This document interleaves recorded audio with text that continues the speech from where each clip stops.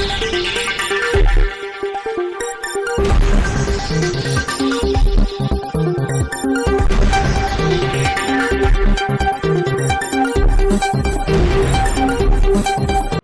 દર્શક મિત્રો, આપ જોઈ રહ્યા છો શિનોર સમાચાર।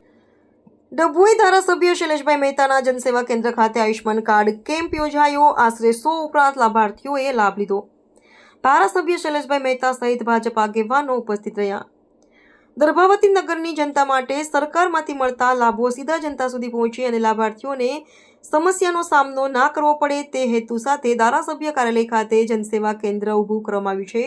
સપ્તાહમાં એકવાર કેમ્પ રાખવામાં આવે છે, જેના થકી સરકારની વિવિધ યોજનાઓનો સીધો લાભ નાગરિકોને મળે તે માટેની અરજીઓ કરી આપવામાં આવતી હોય છે।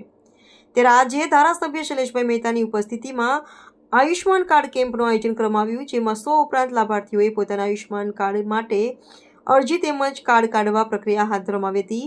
ધારાસભ્ય શૈલેષભાઈ મહેતા દ્વારા દરેક નાગરિકને સરકારના તમામ લાભ મળે તે માટે વિશેષ સેવા કેન્દ્ર શરૂ કરાયું હોય તો તમામ જનતાએ લાભ લેવા અપીલ કરી હતી। આ પ્રસંગે ડભોઈ શહેર પ્રમુખ દીક્ષિત દવે, તાલુકા પ્રમુખ અલ્પેશ શાહ, નગરપાલિકા પ્રમુખ બિરેન શાહ, ભાવેશભાઈ પટેલ, નડા સહિત ભાજપ આગેવાનો ઉપસ્થિત રહ્યા હતા। રિપોર્ટર મિત માછી, શિનોર સમાચાર ન્યૂઝ, ડભોઈ। ડભોઈ ખાતે ધારાસભ્યના જનસંપર્ક કાર્યાલય ખાતે અઠવાડિયે એકવાર આયુષ્યમાનના કાર્ડ અને PMJY કાર્ડ માટેના કેમ્પ રાખવામાં આવે છે। મોટી સંખ્યામાં લોકો એમાં ભાગ લઈ રહ્યા છે અને આજે પણ અહીંયા આ કેમ્પ હેઠળ લગભગ 100 જેટલા લોકો એમના કાર્ડ અહીંયાથી કઢાવ્યા છે।